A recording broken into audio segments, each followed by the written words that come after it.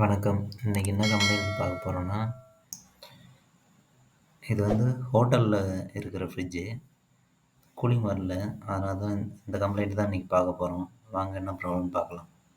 இப்போ ஸ்விட்ச் ஆன் பண்ணி கிலோமீட்டர் போட்டுக்கிறேன். இப்போ ஃப்ரிட்ஜு ஆன் ஆகுது பாருங்க. 56 ஆம்ப்ஸ் எடுக்குது. கம்ப்ரஸர் ஹை ஆம்ப்ஸ் எடுக்குது.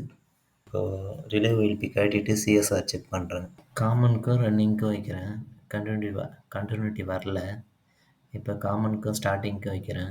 அதுலேயும் கண்டினியூட்டி வரல. ஸ்டார்டிங்க்கும் ரன்னிங்க்கும் வைக்கும்போது மட்டும் கண்டினியூட்டி வருது.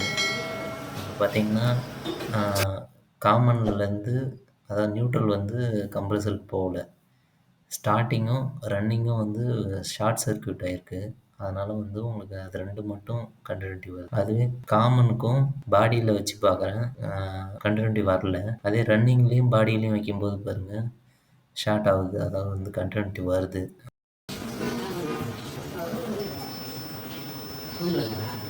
இந்த மாதிரி கம்ப்ரஸர் பாடியில் வந்து கண்டினியூட்டி வருதுன்னா உள்ளே வந்து காயில் கட் ஆகியிருந்தால் மட்டும்தான் அந்த மாதிரி வரும். இந்த மாதிரி கம்ப்ரஸர் பாடி ஆயிடுச்சுன்னா கம்ப்ரஸர் காயில் தான் போயிருக்கும். இந்த கம்ப்ரஸர் தான் ப்ராப்ளம். இந்த வீடியோ பிடிச்சிருந்தா லைக் பண்ணுங்கள். இந்த மாதிரி வீடியோ பார்க்கணுன்னா சப்ஸ்கிரைப் பண்ணி சப்போர்ட் பண்ணுங்கள். நன்றி, வணக்கம்.